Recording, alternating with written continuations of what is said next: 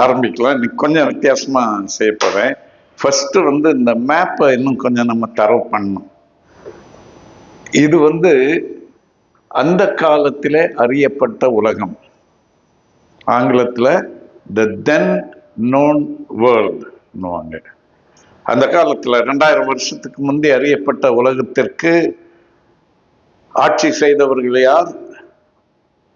ரோமர்கள், இத்தாலியர்கள். அதுக்கு முந்தி கிரேக்கர்கள் இருந்தாங்க, பாபிலோனியர் இருந்தாங்க, பிறகு எகிப்தியர்கள் இருந்தார்கள், இவங்க எல்லாம் இருந்தாங்க. அப்புறம் ரோமர்கள் வந்தாங்க, அதுக்கு பிறகு பிரிட்டிஷ் வந்தாங்க. ஸோ இந்த ரோமர் காலத்தை தான் பார்க்குறோம் நம்ம. அதாவது 2000 வருஷங்களுக்கு முன்பு அந்த ரோமர் ஆட்சி செய்த பகுதிகள் இந்த மத்திய தரை கடல் என்கிற இந்த கடலை சுற்றி இருந்த தேசங்கள். அதுவும் நமக்கு தெரியும். இந்த கடலுக்கு தெற்கே ஆப்பிரிக்கா கண்டம் இருக்கிறது. ஆப்பிரிக்கா கண்டத்திலிருந்து இங்க ஐரோப்பா ரொம்ப பக்கம். சில நேரங்களில் இங்கிருந்து இரவு பார்த்தால் இந்த தீவுகளிலே விளக்கெறிகிறது தெரியும். அவ்வளவு பக்கமான இடம். பெரிய கடல், பூமிக்கு நடுவில் இருக்கிற ஒரு கடல். ஸோ தெற்கே ஆப்பிரிக்கா, வடக்கே ஐரோப்பா, கிழக்கே ஆசியா, மேற்கேயும் ஐரோப்பா.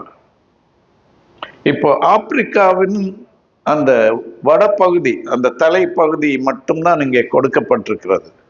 ஏனென்றால் அந்த புதிய ஏற்பாட்டு நாட்களிலே சபைகள் அங்கெல்லாம் தான் பரவ ஆரம்பித்தன. சிரேனே, அப்போஸ்தலர் 13 பார்க்கிறோங்களே, சிரேனே ஊரானாகிய சீமோன். அப்புறம் அலெக்சாண்ட்ரியா இங்கே இருந்தது, எகிப்து தேசத்திலே. எகிப்துன்றது ஈஜிப்டஸ் என்று சொல்லப்பட்டிருக்கிறது. ஸோ இதெல்லாம் ஆப்பிரிக்காவில் இருந்தன. இந்த எகிப்துன்றதும் யூதேயாவும் ரொம்ப பக்கம்.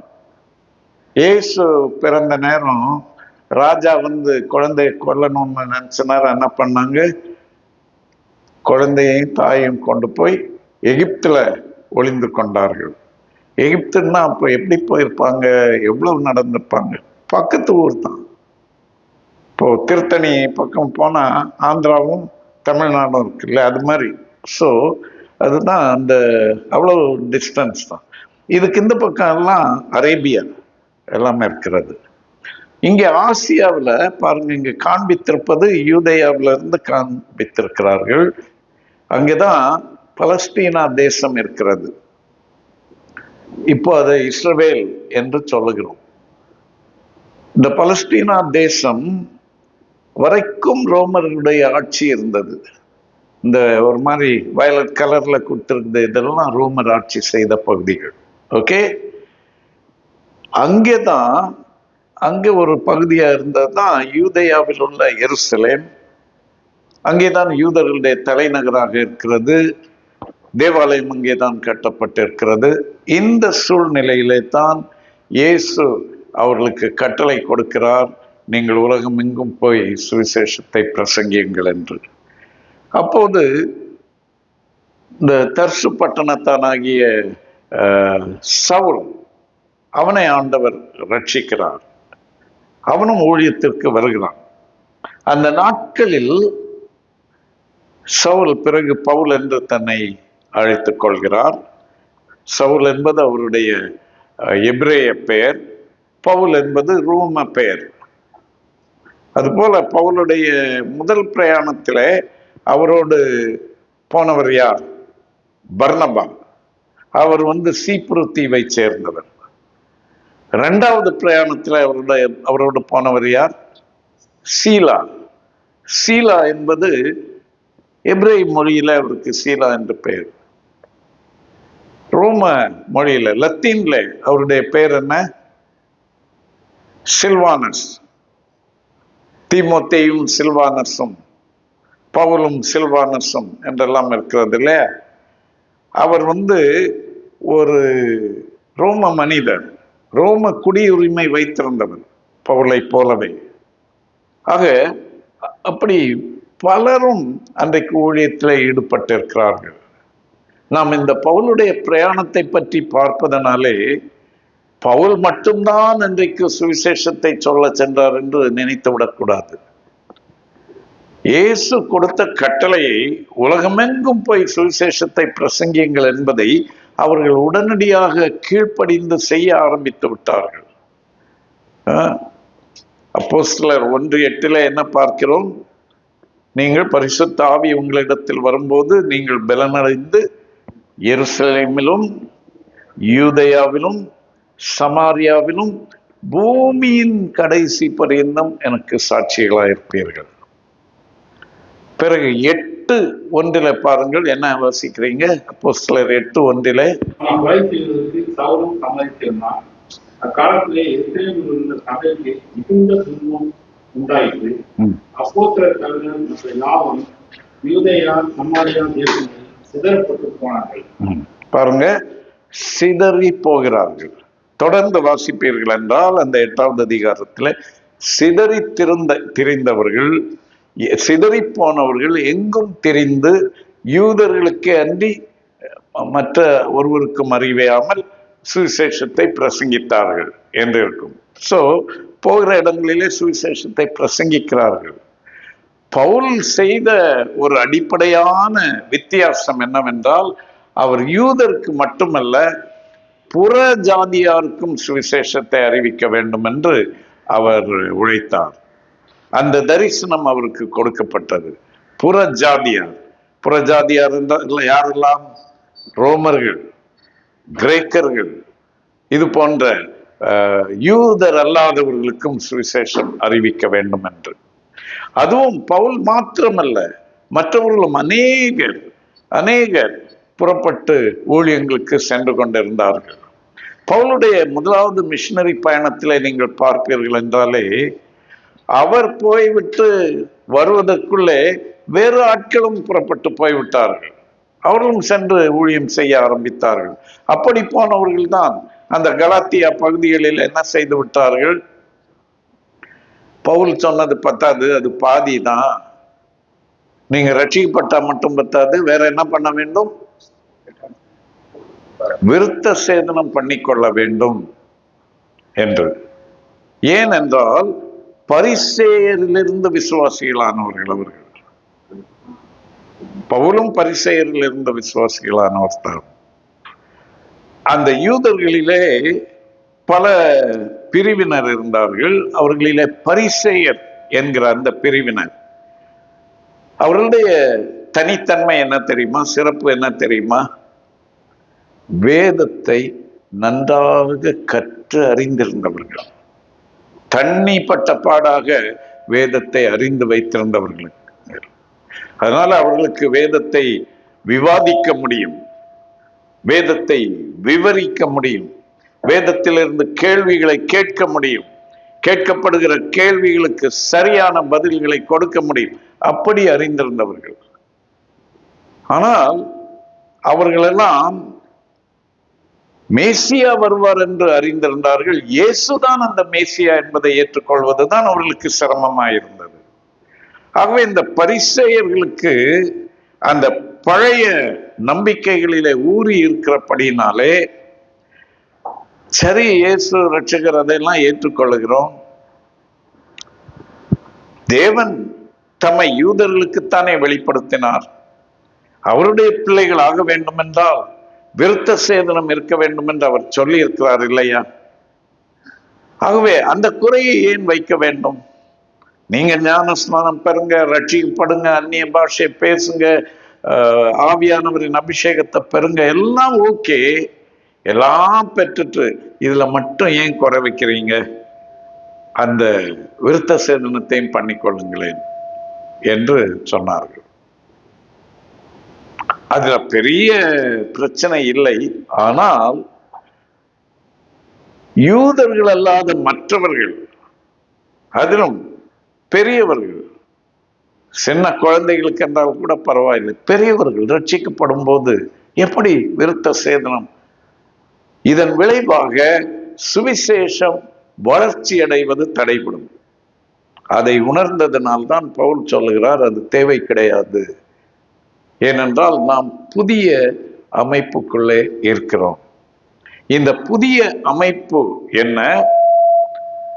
இயேசு கிறிஸ்துவின் ஞான ஸ்நானத்தை பெற்றிருக்க வேண்டும். அன்றைக்கு 2 விதமான ஞான ஸ்நானங்களை அவர்கள் அறிந்திருந்தார்கள். எவையெல்லாம்? ஒன்று என்ன? யோவானின் ஞான ஸ்நானம். தெளிப்பு எல்லாம் அப்ப கிடையாது, அப்புறம் வந்தது. யோவானின் ஞான ஸ்நானம், யோவான் கொடுத்த ஞான ஸ்நானம். இன்னொன்று இயேசு கிறிஸ்து கட்டளையிட்ட ஞான ஸ்நானம். யோவானின் ஞான ஸ்நானம் ஆண்டவரால் ஏற்படுத்தப்பட்டதுதான். ஒரு ஆயத்தமாக, ஒரு மனம் திரும்புதலுக்கு அடையாளமாக கொடுக்கப்பட்டது. கிறிஸ்து வரப்போகிறார், அதற்கு நான் ஆயத்தமாகிறேன் என்பதற்கு அடையாளமாக கொடுக்கப்பட்டது. அதற்கும் விருத்த சேதனத்திற்கும் சம்பந்தம் கிடையாது. ஆனால் இயேசு போதித்த ஞான ஸ்நானம் என்ன? இந்த யோவானின் ஞான ஸ்நானம் ஜலத்தினால் மட்டும் கொடுக்கப்படுகிற ஞான ஸ்நானம். இயேசு கொடுத்த ஞான ஸ்நானம் ஜலத்தினாலும் ஆவியினாலும் பிறக்க வேண்டும் என்பது. சோ ஆகவேதான் இயேசு சொன்னார், நீங்கள் சகல ஜாதிகளின் சீஷராக்கி பிதா, குமாரன், பரிசுத்த ஆவியின் நாமத்திலே அவர்களுக்கு ஞான ஸ்நானம் கொடுங்கள் என்று சொன்னார். இயேசு சொன்ன ஞான ஸ்நானம் கொடுக்க சொன்னார். அதைத்தான் பவுல் செய்தார். பிதா, குமாரன், பரிசுத்தாவினாலே ஞான ஸ்நானம் கொடுக்க வேண்டும் என்று. எனவே அப்படிப்பட்ட அந்த போதனைகள் நிறைந்த அந்த ஒரு உபதேசத்தை அறிமுகம் செய்வதற்காகத்தான் பவுல் இந்த முயற்சிகளை மேற்கொண்டார். அதற்காக அவர் அந்தியோகியா என்கிற இடத்திலிருந்து தன்னுடைய ஊழியத்தை ஆரம்பிக்கிறார். பாருங்க, இங்கே யூதேயா இருக்கிறது. ஆனால் அன்றைக்கு ரோமர்கள் ஆட்சி செய்து வந்த காலத்தில் இந்த இடத்திலிருந்து இந்த இடம் வரைக்கும் உள்ள பகுதிக்கு சீரியா தேசம் என்று பெயர். யூதேயா வரைக்கும் உள்ள இடத்திற்கு என்ன பெயர்? சீரியா தேசம். சீரியாவின் தலைநகர் தான் அந்தியோகியா. சோ இப்போ இங்கதான் சுவிசேஷம் ஆரம்பமானது. இங்கிருந்து புறப்பட்டு இங்கே போய் இங்கேதான் முதல் சீஷர்களுக்கு கிறிஸ்தவர்கள் என்னும் பெயர் வழங்கிற்று. அன்றைக்கு கிறிஸ்தவர்களுக்கு பலவித பெயர்கள் இருந்தன. ஒன்று சீஷர்கள், இன்னொன்று சகோதரர்கள், இன்னொன்று விசுவாசிகள். இப்படியெல்லாம் தான் அவர்கள் அறியப்பட்டார்கள். ஓகே, சோ இப்போ நம்ம என்ன புரிந்து கொள்ள வேண்டும் என்றால், அப்போ ஆண்டவர் சபை என்று சொல்லுகிறார், என் சபையை கட்டுவேன் என்று சொல்லுகிறார். சோ முதலாவது இயேசுவும் அவருடைய 12 சீஷர்களும், அந்த 12 சீஷர்களுக்கு ஒரு ப்ரமோஷன் கொடுத்து அவர்களை என்ன பெயர் சொல்லி அழைத்தார்? அப்போஸ்தலர்கள். ஓகே, அது ஒரு தனி குரூப். அதை அப்படியே வைத்துக் கொள்ளுங்கள் புரிந்து கொள்வதற்கு. இப்போ சீஷர்களுக்கும் அப்போஸ்தலர்களுக்கும் என்ன வித்தியாசம்? எல்லா விசுவாசியுமே சீஷர்கள் தான். அப்போஸ்தலர்கள் என்பவர்கள் இயேசுவோடு இருக்கும்படியாக அவரிடமிருந்து கட்டளையை பெற்று மற்றவர்களுக்கு கொண்டு அறிவிப்பதற்காக தேவனால் தெரிந்து கொள்ளப்பட்டவர்கள். அவர்கள் அப்போஸ்தலர்கள் என்று ஒரு கோர் குரூப் அப்படி அவர்களை ஏற்படுத்தி இருக்கிறார். இந்த அப்போஸ்தலர்கள் புறப்பட்டு செல்கிறார்கள், சீஷர்களும் புறப்பட்டு செல்கிறார்கள். ஏனென்றால் கட்டளை சீஷர்களுக்குத்தான் கொடுக்கப்பட்டிருக்கிறது, நீங்கள் உலகம் எங்கும் சென்று சுவிசேஷத்தை பிரசங்கியுங்கள் என்று. ஆகவே இங்கு வந்தவுடனே எல்லாரும் பிரசங்கம் பண்ண சிதறி திரிய ஆரம்பித்து விட்டார்கள். சீஷர்களே சுவிசேஷத்தை பிரசங்கிக்க செல்ல ஆரம்பித்து விட்டார்கள். ஆனால் அவர்களுக்கு தெளிவு இல்லை. அதுல தப்பு இல்லை. அவர்கள் ஏதோ திடீரென்று சில கள்ள உபதேசங்களை கண்டுபிடித்து அவற்றை வளர்த்து பெருகச் செய்து அதன் மூலம் பொருள் ஈட்ட வேண்டும் என்பதற்காக செய்யவில்லை. நிறைய பேருக்கு தெளிவான ஒரு அறிவு இல்லை அதை பற்றி. ஆகவேதான் இந்த பரிசேயரிலிருந்து ரட்சிக்கப்பட்டவர்கள் என்ன சொன்னார்கள்? விருத்த சேதனமும் கண்டிப்பாக வேண்டும் என்றார்கள். பவுல் அது தேவையில்லை என்றார். அதுபோல அப்பல்லோ வந்தார்.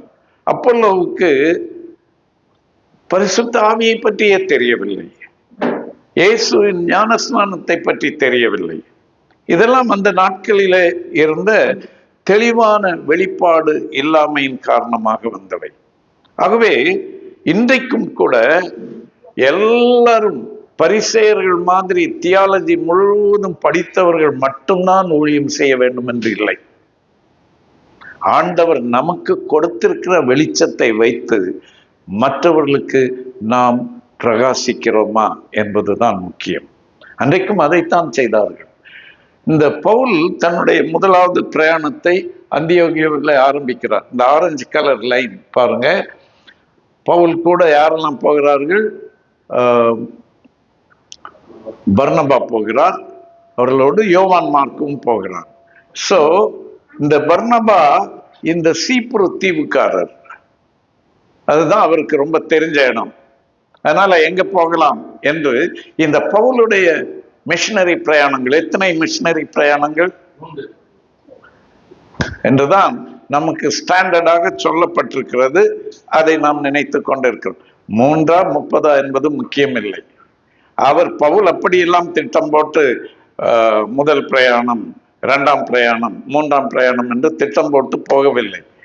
ஊழியத்திற்கு இறங்கி விட்டார். அவருடைய வாழ்க்கையே பிரயாணமாய் மாறிவிட்டது.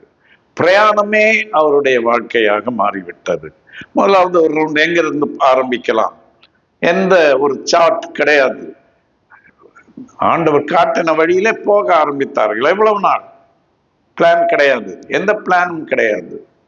ஆகவே அந்த பர்னபாவுக்கு தெரிந்த இடமானனால எங்கே போய் ஆரம்பிக்கிறார்கள்? கப்பல்ல போய் இங்கே இறங்கி இங்கு வரைக்கும் கால்நடையாக போய் இங்கே அந்த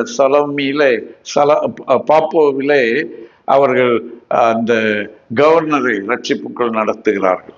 அங்கிருந்து கப்பல் ஏறி இங்கே போய் விடுகிறார்கள், பம்பிலியா தேசத்திற்கு. இந்த வெள்ளை எழுத்துல கொடுக்கப்பட்டிருக்கிறதெல்லாம் தேசங்களின் பெயர்கள். ரோமர் ஆட்சி செய்வதற்கு முன்னர் இந்த சீரியா தேசம் 3 தேசங்களாக இருந்தது, சீரியா, பொனீஷியா, யூதேயா என்று. ஆனால் ரோமர் ஆட்சியில எல்லாம் சேர்ந்து சீரியா என்றாகிவிட்டது.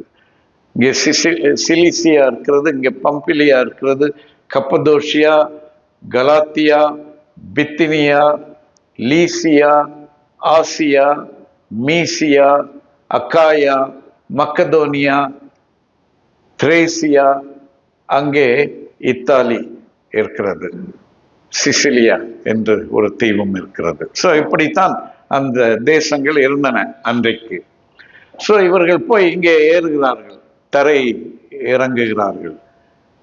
இறங்கின பிறகு அந்த பையன் சொல்றான், நான் திரும்பி போயிட போறேன் என்று. அப்போ பவுலுக்கு ரொம்ப கோபம் வருகிறது.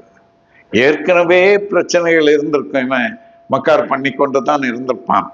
ஆனா கடைசி அங்க போன பிறகு அவனுக்கு முடியல, திரும்பி விடுகிறான். அதனால பர்னபாவுக்கும் பவுலுக்கும் பல கருத்து வேறுபாடுகள் இருந்திருக்கும். சரி, இப்ப அவர்கள் 2 பேருமா பெர்கேக்கு போகிறார்கள்.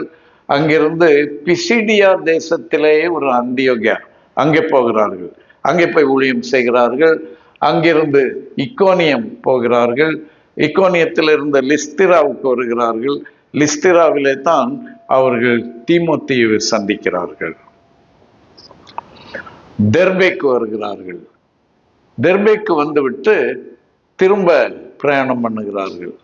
திரும்ப வந்து இந்த பெர்காவிலிருந்து கப்பல் ஏறி சீப்ருவுக்கு வராமல், சீப்ருவை தொடாமலே நேராக செலூசியா வந்து அந்தியோகியாவுக்கு வந்து விடுகிறார்கள். இது முதல் பயணம். இவ்வளவு இடத்துக்குள்ளவே முடிந்து விடுகிறது. புரிகிறதா? இந்த ஊர் பெயர்களையும் நாம் ஞாபகத்தில் வைத்திருக்க வேண்டும். இதை தெரிந்திருந்தால்தான் அந்த அப்போஸ்தலர் நடபடிகளை நாம் படிக்கும்போது நமக்கு அது பொருள் விளங்கும், என்ன சொல்லுகிறார் என்று. அடுத்தபடியாக வந்து கொஞ்ச நாள் இருக்கிறார்கள். அதற்குள்ள இங்கெல்லாம் வேற ஆட்கள் எல்லாம் போய் என்ன செய்துட்டாங்க, விருத்த சேதனமும் வேண்டும் என்று சொல்லி குழப்பி விட்டார்கள். அதை பற்றி ஒரு பெரிய இஷ்யூ ஆகிறது. அப்போ என்ன பண்ணுகிறார்கள், இதை விடக்கூடாது என்று எருசலேமிலே ஒரு கூட்டம் போட்டு யாக்கோபு, பேதுரு, யோவான், மற்ற முக்கியமான அப்போஸ்தலர்கள் எல்லாமாக இங்கிருந்து போனவர்களும் யாரெல்லாம், பர்னபா, பவுல், அவரோட தீத்துவையும் கூட்டிக் கொண்டு போயிருந்தார்.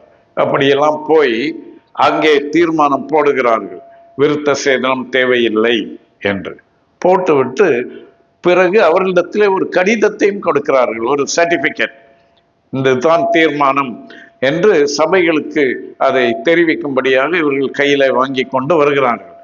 வந்து திருப்பியும் இந்த அந்தியோகியாவில் கொஞ்ச நாள் இருந்து விட்டு அங்கிருந்து இரண்டாவதாக புறப்படுகிறார்கள். இரண்டாவதாக புறப்பட்டு 15வது அதிகாரத்தின் கடைசி பகுதியில் கடைசி வசனம் வாசிங்க. அப்போஸ்தலர் 15 கடைசி வசனம்.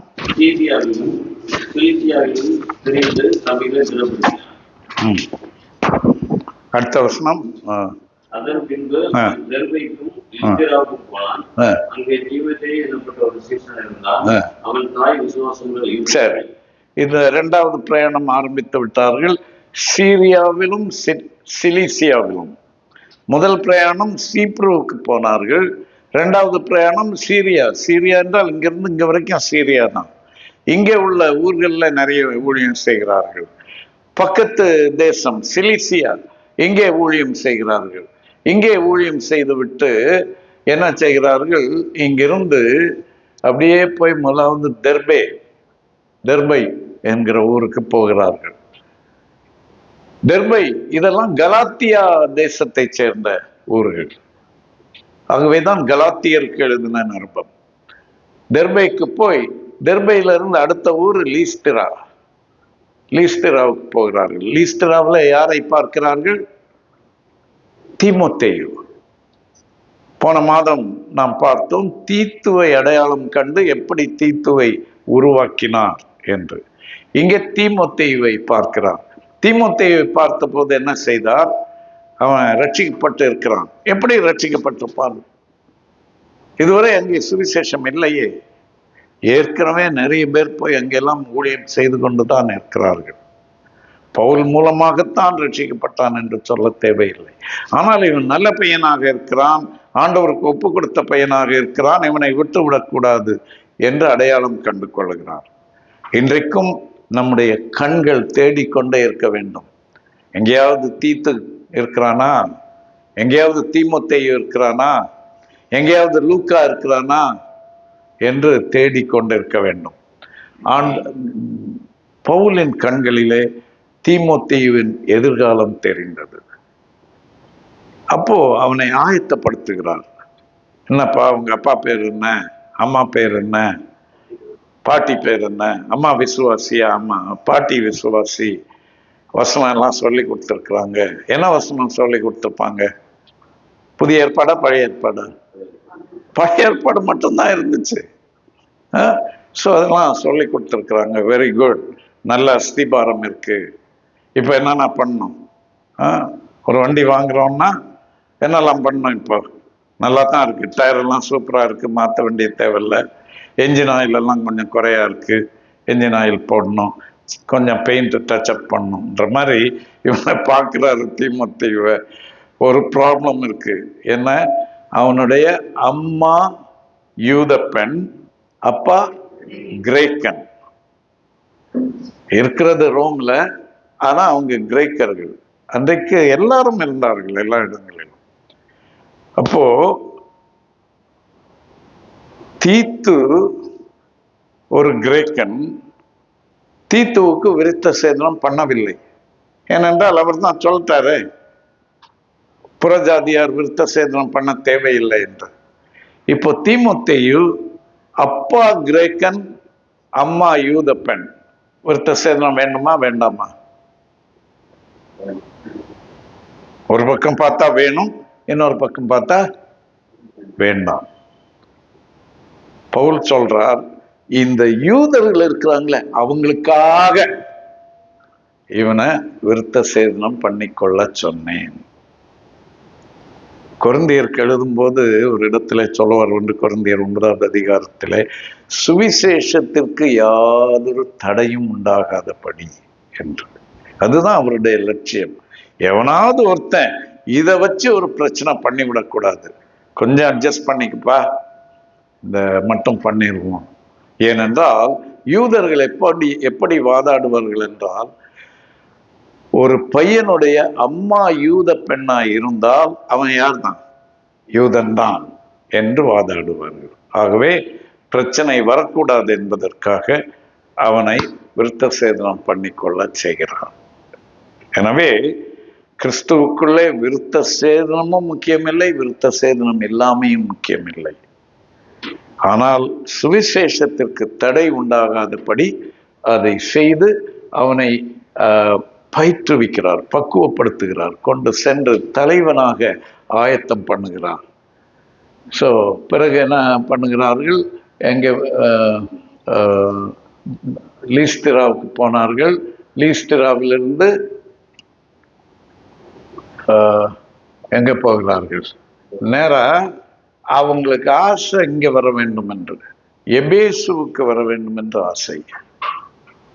ஆசியா, சின்ன ஆசியா, இது ஆசியா மைனர். இப்போ இருக்கிற ஆசியா கண்டம் அல்ல, அது ரொம்ப பெருசு. இந்த கண்டங்கள் என்கிற கான்செப்டே அப்போ கிடையாது. ஸோ இந்த ஆசியா என்று அழைக்கப்பட்ட பகுதி இது. இங்கேதான் எபேசு எல்லாம் இருக்கிறது. எபேசுல ஏற்கனவே கிறிஸ்தவங்க இருக்கிறாங்களா இல்லையா?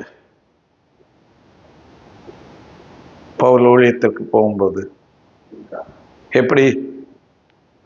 இந்த பகுதியில தான் அந்த 7 சபைகள் இங்கேதான் இருக்கின்றன.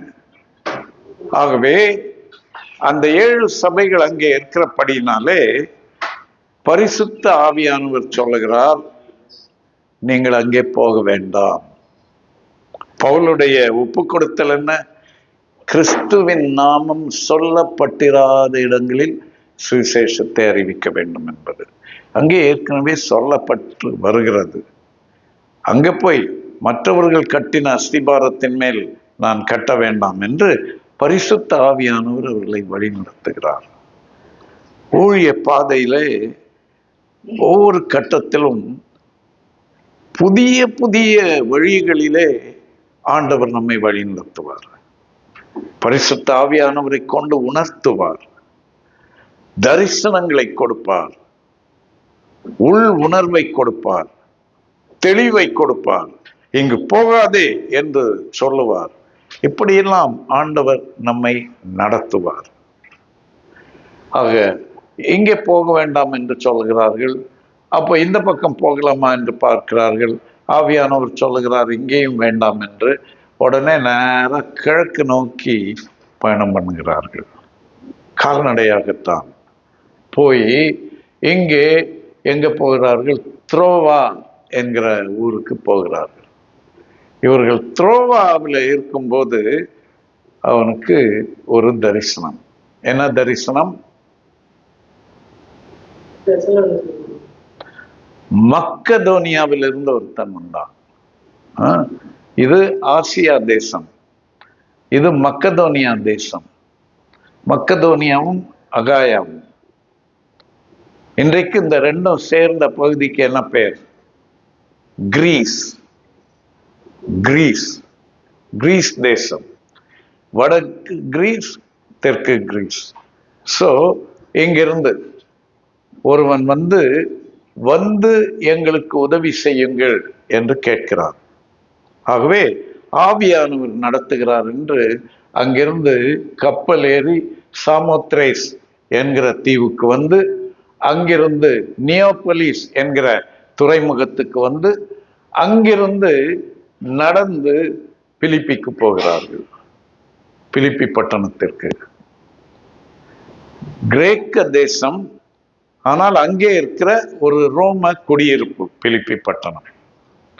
அந்த பிலிப்பி பட்டணத்திற்கு போய் இவர்களுடைய வழக்கம் என்ன, எங்க போனாலும் ஜெபாலயம் எங்கே இருக்கிறது என்று பார்ப்பார்கள். அங்கே ஊழியம் செய்ய வாய்ப்பு முயற்சி செய்வார்கள். அங்கே ஏற்றுக்கொண்டால் அங்கே நிறைய ஊழியம் செய்வார்கள். அது தவிர மற்ற நேரங்களிலே மற்றவர்களுக்கும் சுவிசேஷத்தை அறிவிப்பார்கள்.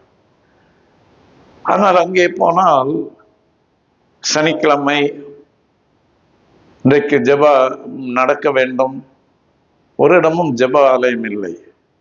அப்படி அவர்கள் போகும்போது பார்த்தால் கொஞ்சம் பெண்கள் கூடி ஜெபித்து கொண்டிருக்கிறார்கள் ஒரு ஆற்றங்கரை ஓரமாக. இவர்களும் போய் அதில் சேர்ந்து கொள்ளுகிறார்கள். ஏன் பெண்கள் கூடி ஜெபிக்கிறார்கள்? இப்படி இவர்கள் போகிற இடங்களிலே ஒரு ஜெப ஆலயம் ஆரம்பிக்க வேண்டும் என்றால் அதற்கு சில ஒழுங்குகள் இருந்தன, சில நிபந்தனைகள் இருந்தன. அவற்றில் ஒன்று 10 ஆண்களாவது கூடி வர வேண்டும். அப்பதான் அங்க ஒரு ஜெப ஆலயம் ஆரம்பிக்க முடியும். ஆகவே இந்த இடத்துல ஜெப ஆலயம் ஆரம்பிப்பதற்கு கூடி வருவதற்கு 10 ஆண்கள் இல்லை. அதனால ஐயாமாருக்கே கவலை இல்லை, நம்ம என்று பெண்கள் இருந்து விடவில்லை. அவர்கள் கூடி ஜெபிக்கிறார்கள். ஜெப ஆலயம் இல்லை. ஆகவே ஆற்றன் ஓரமாக போய் உட்கார்ந்து ஜெபிக்கிறார்கள். இதை பார்த்த உடனே பவுலும் சீலாவும் போய் சேர்ந்து கொள்கிறார்கள் அவர்களோடு, தீமோத்தேயும். அப்படித்தான் அவர்கள் இங்கே போய் சேர்கிறார்கள். இந்த த்ரோவா பட்டணத்தில் இருக்கும்போது லூக்காவை சந்திக்கிறார்கள். லூக்கா ஒரு கிரேக்கன். அவனும் ஏற்கனவே ரட்சிக்கப்பட்டு இருக்கிறான். ஒரு வக்கீல், ஒரு டாக்டர், நன்கு கற்றறிந்த மனிதன், ரட்சிக்கப்பட்ட ஒரு கிரேக்கன். அவனையும் விடுகிறார் போல் இல்லை பவுல். யாரை பார்த்தாலும் அவரோடு சேர்த்து கொள்ளுகிறார். சேர்த்து கொண்டு வாங்க போகலாம் என்று ஊழியத்திற்கு அழைக்கிறார். என்னுடைய ஊழியத்தில் நிறைய வாலிபர்களை ஊழியத்திலே சேர்த்து கொள்ளும் பாக்கியத்தை ஆண்டவர் தந்தார். ஒரு நாள் கீழ்ப்பாக்கத்திலே எங்களுடைய அலுவலகத்தில் நான் இருக்கும்போது ஒரு தம்பி வந்தான். அங்கே புதிதாக எங்களோடு ஊழியம் செய்ய வந்து சேர்ந்திருந்த ஒரு சகோதரியை பார்க்க வந்தான். அவர்களுக்கு இவன் சொந்தக்காரன்.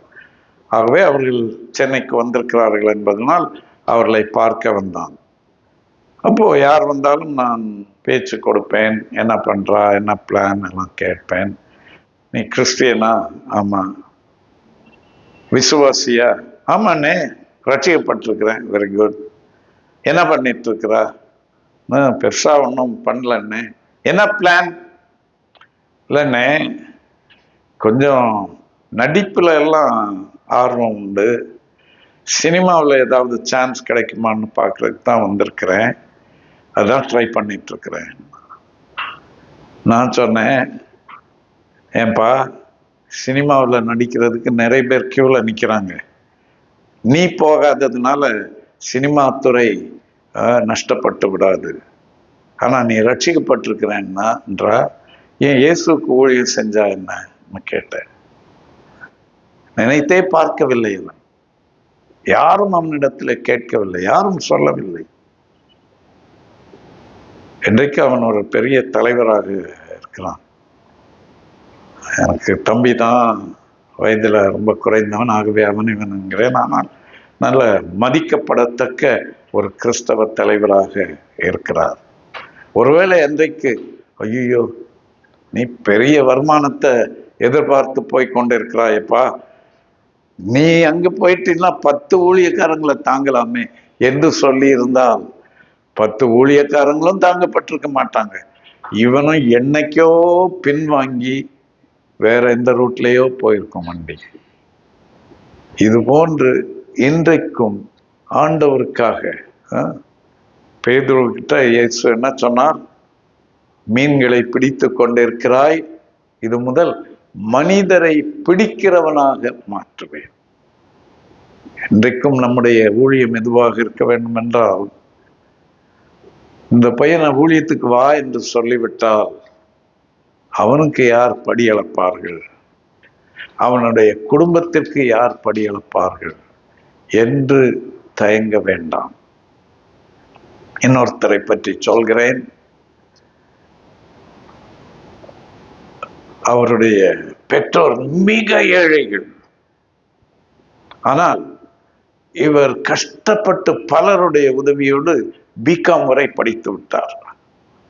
இவருடைய சகோதரன் சகோதரிகள் எல்லாம் படிக்கவே முடியவில்லை, வறுமை, ஏழ்மை. பிறகு பலருடைய உதவியால் எம்காமும் படித்து விட்டார். அப்போ அவர் ஒரு கூட்டத்திற்கு போயிருந்த போது மிஷனரி அழைப்பு கொடுக்கப்படுகிறது. நீ ஆயத்தமா என்று, இவர் ஆயத்தம் என்று ஒப்பு கொடுத்து விட்டார். மற்ற விசுவாசிகள் எல்லாம் கேட்டார்கள், பாவி, துரோகி, குடும்பம் என்னத்துக்கு ஆகும்? உங்க அப்பா அம்மா தம்பி தங்கைமார் என்னத்துக்கு ஆவார்கள்? அந்த சகோதரன் சொல்லுவார், இருக்கிற கொஞ்ச அரிசியை போட்டு உலையில காய வைத்து விட்டு கை வைத்து ஜெபிப்பானாம், ஆண்டவரே இதை பெருக்கித்தாரும் என்று. ஏனென்றால் அத்தனை வயிறுகள் நிரம்ப வேண்டும், அவ்வளவு ஏழ்மை. ஆனால் அவர் ஊழியத்திற்கு புறப்பட்டு வந்தார். அவரை இமாச்சல பிரதேசத்திற்கு ஊழியத்திற்கு அனுப்பி வைக்கிற ஸ்லாக்கியம் எங்களுக்கு கிடைத்தது.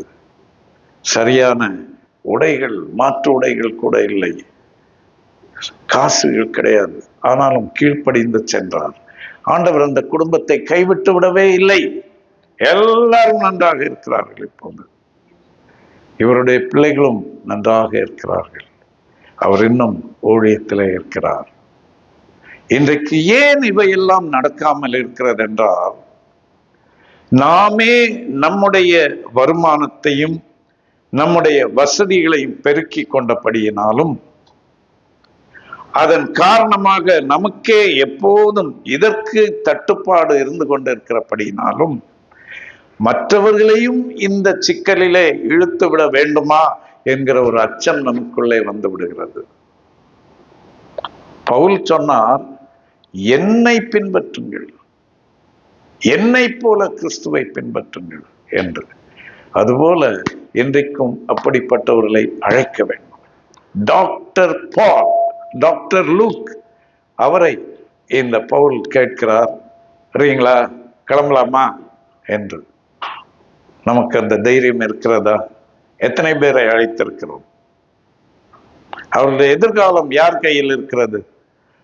அவங்கள பிடிச்சி வம்புல இழுத்து விட்டா நாளைக்கு நான் எப்படி பதில் சொல்லுவேன்? நாம் பதில் சொல்ல தேவையில்லை. நாம் செய்வதெல்லாம் யோவான் ஸ்நானகனை போல இயேசுவை அறிமுகம் செய்து வைக்கிறோம், அவ்வளவுதான். மிச்சத்தை அவர் பார்த்துக் கொள்வார். அதற்கு பிறகு அது இயேசுவுக்கும் அவர்களுக்கும் உள்ள உறவு. இயேசு என்ன சொன்னார்? ஒருவன் எனக்கு ஊழியம் செய்வானானால் பிதாவானவர் அவனை கனம் பண்ணுவார், நான் எங்கே இருக்கிறேனோ அங்கே அவனும் இருப்பான். இதுதான் கேரண்டி, இதுதான் கேரண்டி. நீங்களும் நானும் கேரண்டி கொடுக்க முடியாது, ஆனால் இயேசு கொடுக்கிறார் அந்த கேரண்டி. அந்த கேரண்டிக்கு ஆட்களை நாம் அறிமுகம் செய்து வைக்கிறோமா? இன்னைக்கு நிறைய நேரங்கள்ல ஆத்துமாக்கள் கிடைக்கல, ஆத்துமாக்கள் கிடைக்கல என்று சொல்லி கொண்டிருக்கிறோம். ஆத்துமாக்களை மட்டும் தேடினால் போதாது, ஊழியர்களை கண்டுபிடிக்க வேண்டும். ஒன்றொன்றாக நீங்கள் தூண்டில் வைத்து மீன் பிடித்துக் கொண்டிருப்பதற்கு பதிலாக பேதுருவுக்கு இயேசு சொன்னார், உன் வலையை ஆழத்திலே தள்ளி கொண்டு போய் போடு. போட்ட போது என்ன நடந்தது? வலை கிழியத்தக்கதாகவும் படகு அமிழத்தக்கதாகவும் மிகுதியான மீன்களை பிடித்தார்கள். பவுலுடைய முறை என்ன? நான் மட்டும் ஒவ்வொருவரையாக ரட்சித்துக் கொண்டிருந்தால் போதாது, எனக்கு ஒரு தீத்து வேண்டும், எனக்கு ஒரு தீமோத்தேயு வேண்டும், எனக்கு ஒரு லூக்கா வேண்டும், எனக்கு ஒரு ஆக்கில்லாவும் பிரிஸ்கில்லாவும் வேண்டும், எனக்கு ஒரு பிலேமோன் வேண்டும், எனக்கு ஒரு ஒனேசிமு வேண்டும்.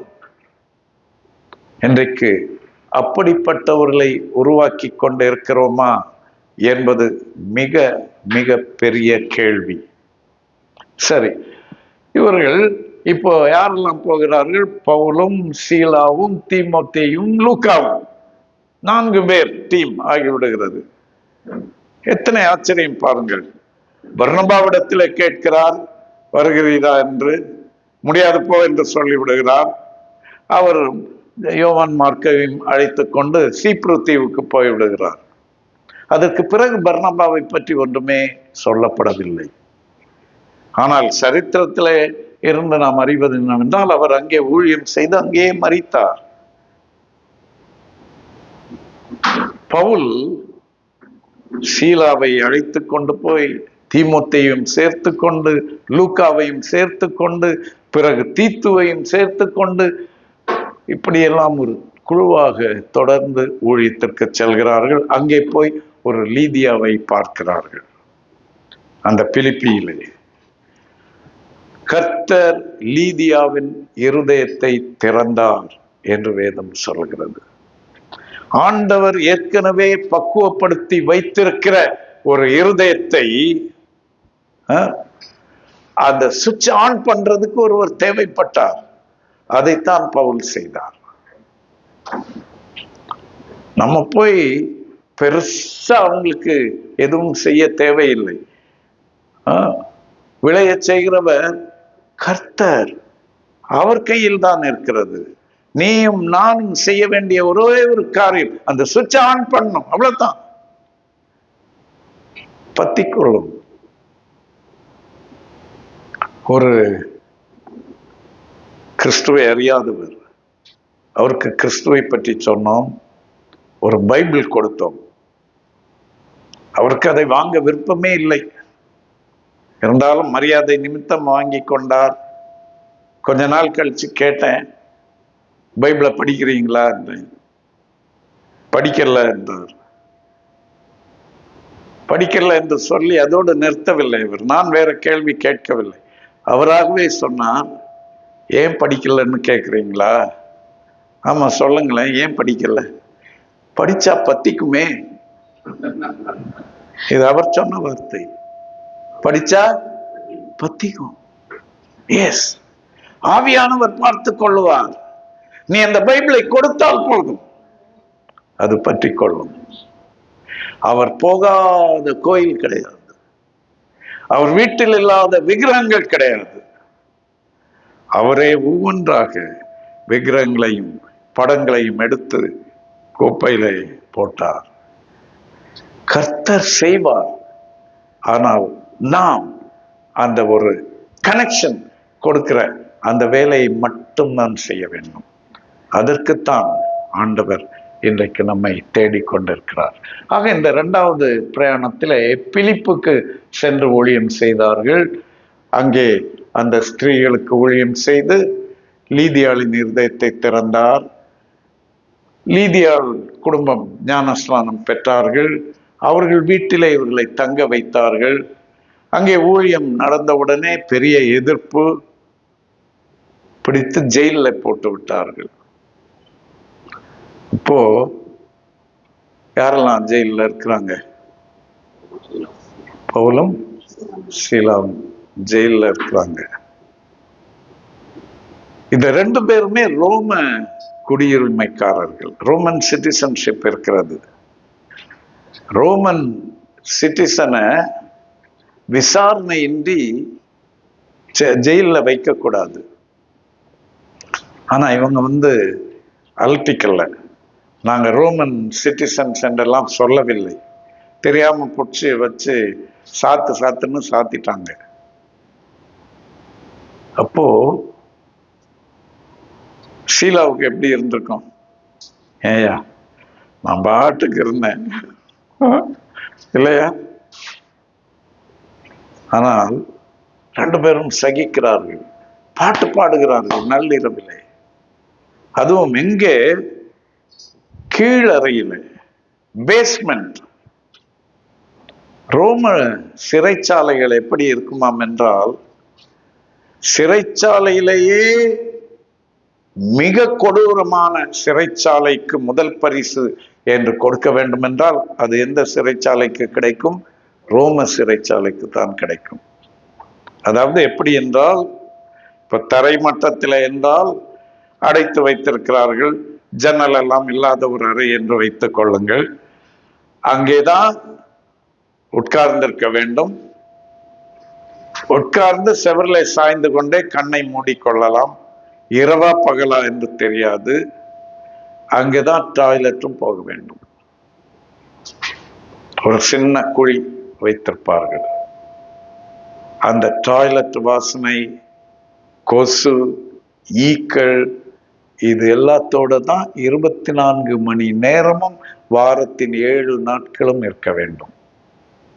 அதே இத பேஸ்மெண்ட் என்று வைத்துக் கொள்ளுங்கள்.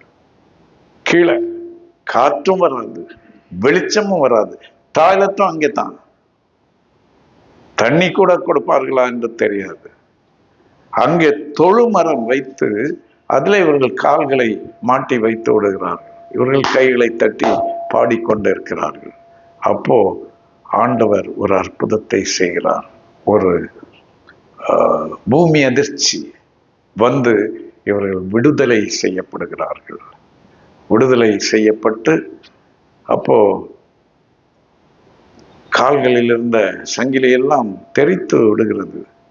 அப்போ ஜெயிலருக்கு பயம் வந்து விடுகிறது. என்ன, எல்லாம் ஓடி இருப்பாங்க, நான் இனி பதில் சொல்ல முடியாது, எனக்கு தற்கொலை ஒன்றுதான் வழி என்று. அப்போ பவுல் சொல்லுகிறான், கேடான ஒன்றையும் செய்து கொள்ளாதே, நாங்கள் எல்லாம் இங்கே தான் இருக்கிறோம் என்று. அதை பார்த்த ஜெயிலரும் ரட்சிக்கப்படுகிறார். ஆண்டவர் அற்புதம் செய்கிறார். அப்போ ராத்திரி விடிய காலையில போலீஸ் ஆபீஸ்ல இருந்து செய்தி வருது, அவங்கள ஃப்ரீ பண்ணி விட்டுருங்க என்று. அப்போ இவங்க பிடிச்சிக்கிட்டாங்க. என்ன சொன்னாங்க, அது எப்படி நீங்க பாட்டுக்கு அரெஸ்ட் பண்ணுவீங்க, நீங்க பாட்டுக்கு ஜெயிலில் வைப்பீங்க, விசாரணையே இல்லாம திருப்பி அனுப்பிடுவீங்களா? நாங்க யார் தெரியுமா? Roman citizens. ஐயா, இதையே முதவே சொல்லல, எங்களை மன்னிச்சுக்கோங்க என்று சொல்லி, எங்க வேலைக்கு உல வச்சிடாதீங்க ஐயா, தெரியாம பண்ணிட்டோம், தயவு செஞ்சு ஒண்ணுமே நடந்த மாதிரியே காமிச்சிக்காதீங்க, நாங்க வேணா பார்டரை தாண்டி கொண்டு விட்டுடுறோம், நீங்க இங்கிருந்து போய்த்தா போதும் என்று அனுப்பி வைத்து விடுகிறார்கள். அப்பவும் இவர்கள் இல்ல இல்ல, உங்களை ஒரு கை பார்த்துட்டு தான் விடுவேன் என்றெல்லாம் சொல்லவில்லை, போய்விட்டார்கள். அங்கிருந்து எங்கே போனார்கள்? தெசலோனிக்கேயாவுக்கு போனார்கள். தெசலோனிக்கேயாவிலையும் பிரச்சனை.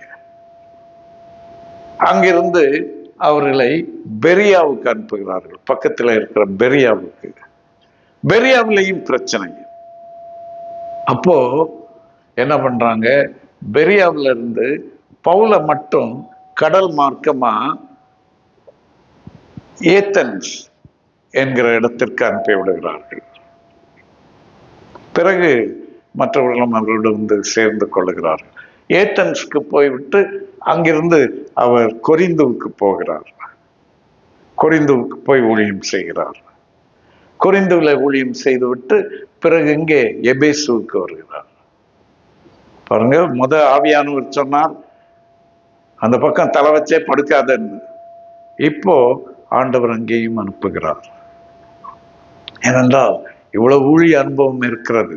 அவருடைய அனுபவத்தின் பயனை இங்க இருக்கிறவர்களும் அறுவடை செய்ய வேண்டும். எபேசுவுக்கு அனுப்புகிறார்.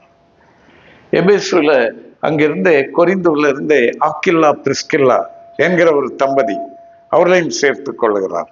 அவர்களை கொண்டு எபேசுல விட்டு அங்கிருந்து கிளம்பி எருசலேமுக்கு வந்து திருப்பியும் அந்தியோகியா போய் சேர்ந்து விடுகிறார்.